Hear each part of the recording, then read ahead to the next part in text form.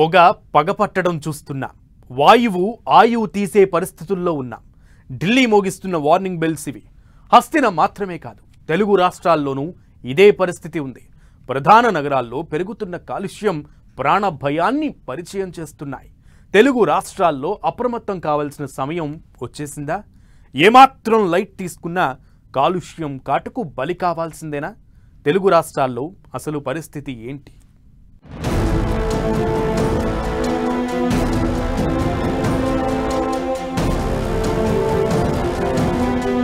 అత్యంత కాలుష్య నగరంగా ఢిల్లీ రికార్డ్. ఢిల్లీ తరువాత తెలుగు రాష్ట్రాల నగరాలేనా? మేల్కోకపోతే కాలుష్యం కాటు తప్పదా? హైదరాబాద్లో పొల్యూషన్ డేంజర్ బెల్స్.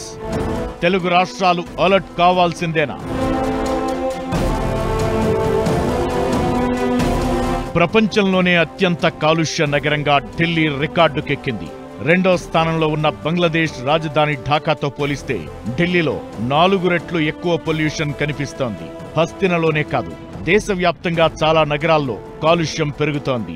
ఢిల్లీ లెవెల్లో పొల్యూషన్ లేదు కానీ ఏమాత్రం లైట్ తీసుకున్నా ఢిల్లీ పరిస్థితులు వచ్చే ప్రమాదమైతే ఉంది ఖచ్చితంగా. తెలుగు రాష్ట్రాల్లో రోజు రోజుకు గాలి నాణ్యత క్షీణిస్తోంది. ఇదే ఇప్పుడు భయాలకు కారణమవుతోంది. హైదరాబాద్లో గాలి కాలుష్యం ఎక్కువైంది. గాలి నాణ్యతలో గణనీయమైన క్షీణత కనిపిస్తోంది. తెలుగు రాష్ట్రాల కాలుష్య నియంత్రణ మండలి గణాంకాల ప్రకారం గతేడాదితో పోలిస్తే నవంబర్ నెలలో వాయు కాలుష్యం 10% పెరిగింది. కాప్రా, బొలారం, పటాన్చెరు, సోమాజిగూడ, సనత్ నగర్లో కాలుష్యం పెరుగుతోంది. హైదరాబాద్లో వాయు కాలుష్యం గుండెల్లో రైళ్లు పరిగెట్టిస్తోంది. నవంబర్ 22న ఆసిఫ్ నగర్లో ఎయిర్ క్వాలిటీ ఇండెక్స్ 292 పాయింట్లుగా నమోదైంది. నాంపల్లిలో 266, ఎర్రగడ్డలో 272, మూసాపేట 268, బాలానగర్లో 232, బేగంపేట్ 196, కూకట్పల్లి 193, యూసఫ్గూడ 211, వనస్థలిపురం 100, ఉప్పల్ 90, బోడుప్పల్ 90, సికింద్రాబాద్ 95, ఇబ్రహీంపట్నం 100, చందానగర్ 126 పాయింట్లుగా ఏక్యూఐ నమోదైంది.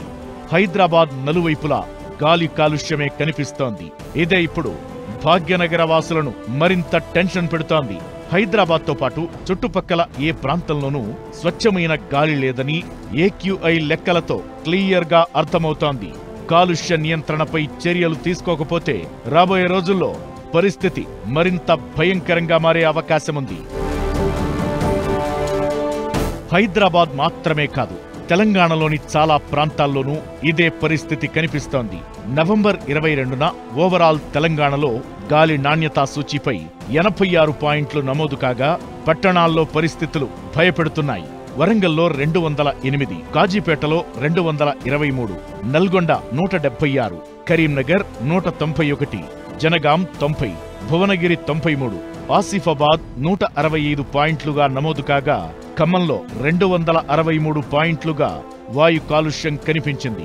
ఇకటు దక్షిణ అయోధ్యగా పేరుగాంచిన భద్రాచలాన్ని కూడా కాలుష్యం వెంటాడుతోంది.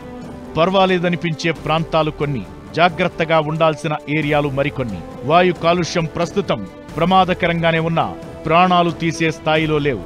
అయితే ఇప్పటికిప్పుడు చర్యలు మొదలు పెట్టకపోతే కాలుష్యం కాటుకు ప్రాణాలు పోయే పరిస్థితులు రావడానికి, ఆ ప్రమాదంలోకి జారుకోవడానికి పెద్దగా సమయం పట్టే అవకాశం లేదనే హెచ్చరికలు వినిపిస్తున్నాయి. 0 నుంచి 500 పాయింట్ల వరకు గాలి నాణ్యతను లెక్కిస్తారు. 0 నుంచి 50 మధ్య ఉంటే ఎలాంటి కాలుష్యం లేనట్లు లెక్క. 51 నుంచి 100 పాయింట్ల వరకు ఉంటే సంతృప్తికరమైందని అర్థం. 101 నుంచి 200 పాయింట్ల వరకు ఉంటే మధ్యస్థం. 201 నుంచి 300 ఉంటే తక్కువ నాణ్యత అని, 301 నుంచి 400 వరకు ఉంటే పేలవమైందని, 401 నుంచి 450 వరకు ఉంటే తీవ్రమైనదని, ఇక 450 కంటే ఎక్కువ ఉంటే ప్రమాదకర స్థాయిగా పరిగణిస్తారు. ఢిల్లీలో వాయు కాలుష్యం 500 పాయింట్లు దాటింది. ప్రపంచంలోనే కాలుష్య నగరంగా రికార్డ్ క్రియేట్ చేసింది. తెలుగు రాష్ట్రాల్లో చాలా ప్రాంతాల్లో 100 పాయింట్లకు మించి గాలి నాణ్యత కనిపిస్తోంది. ఇదే ఇప్పుడు ప్రమాద ఘంటికలు మోగిస్తోంది. చర్యలు తీసుకోకపోతే భవిష్యత్లో ఇది మరింత పెరిగి ప్రాణాల మీదకొచ్చే అవకాశాలు ఉన్నాయనే వార్నింగ్స్ వినిపిస్తున్నాయి. ఇక అటు ఆంధ్రప్రదేశ్లోనూ రోజురోజుకు గాలి నాణ్యత క్షీణిస్తోంది. వైజాగ్, కర్నూలు లాంటి ప్రాంతాల్లో మాత్రం పొల్యూషన్ భారీగా నమోదు కావడం కలవరపాటుకు గురిచేస్తోంది. ఇంతకీ ఏపీలో ఏ సిటీలో పరిస్థితి ఎలా ఉంది? ఈ కాలుష్యానికి చెక్ పెట్టడం ఎలా? తెలుగు రాష్ట్రాల ప్రభుత్వాలు అలర్ట్ కావాల్సిన సమయం ఆసన్నమైందా? ఎలాంటి చర్యలు తీసుకుంటే ఈ కాలుష్యానికి అడ్డుకట్ట వేసే ఛాన్స్ ఉంది?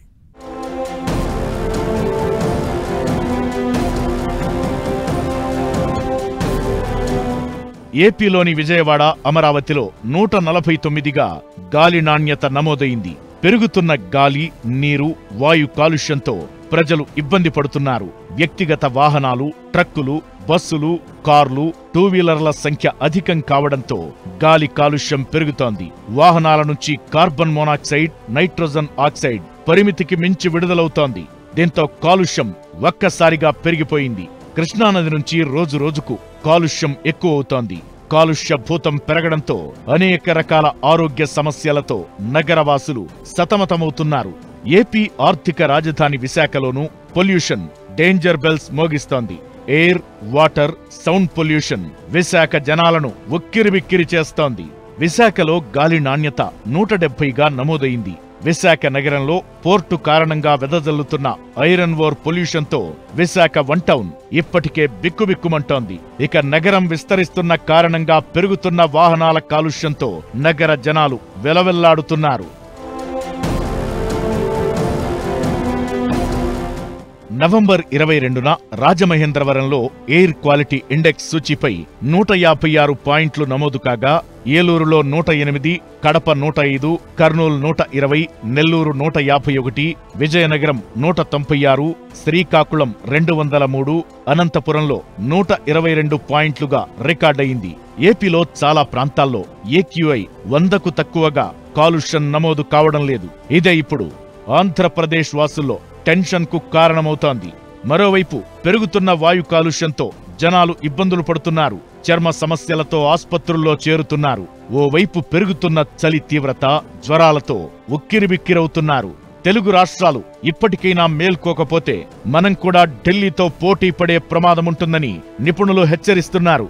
ఈ దిశగా 2 రాష్ట్రాల ప్రభుత్వాలు చర్యలు తీసుకోవాలని సూచిస్తున్నారు.